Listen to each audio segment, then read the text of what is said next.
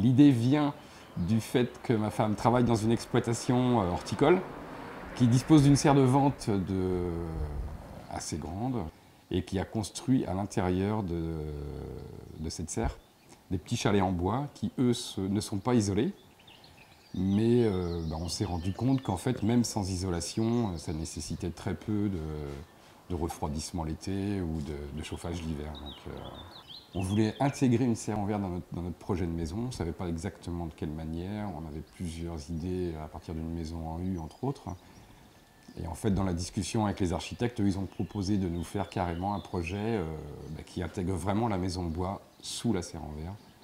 Puis c'est le projet qu'on a choisi, quoi. Il y a une serre de 310 mètres carrés qui couvre la maison, la partie habitation isolée.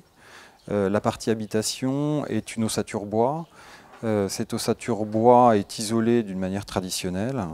L'avantage, c'est que cette ossature bois est hors d'eau, hors d'air, c'est-à-dire que la construction est très simple et très peu coûteuse. Le principe, c'est que le soleil va chauffer cet espace intermédiaire entre la partie isolée et puis l'extérieur, chauffer l'air qui est emprisonné sous la serre, et cet air chauffé va chauffer après la partie isolée. Il suffit vraiment d'un rayon de soleil d'un quart d'heure, 20 minutes pour faire monter la température dans la serre à 25 degrés.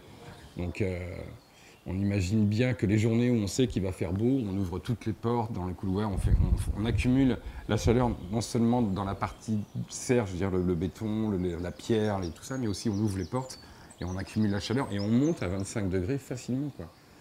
L'hiver. L'hiver. Et l'été, il fait pas trop chaud? Ça, c'est la question que tout le monde pose. La serre est une serre de production agricole. Donc elle a des dispositifs qui sont prévus, qui sont une natte d'ombrage qui va protéger des rayons lumineux et puis une ventilation en toiture.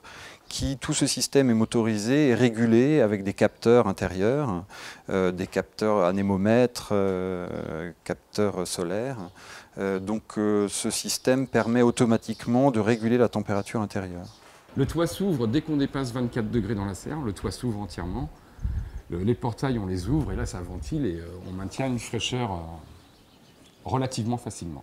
Et puis, le principe de la serre étant entièrement vitrée, permet de développer des liens entre l'intérieur et l'extérieur et de pouvoir tirer le paysage à l'intérieur de la serre. C'est un peu que du bonheur parce que en fait, toute la partie jardin, elle est accessible à peu près 10 mois de l'année. Et encore, quand je vous disais qu'à Noël, on a passé le Noël en terrasse en short, c'est vraiment le cas. Et c'est au moins 10 mois sur 12, on profite de tout cet univers jardin, intérieur, extérieur.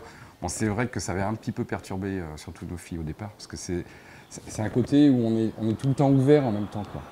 Il n'y a plus de limite, on mange dehors en février, on mange dedans.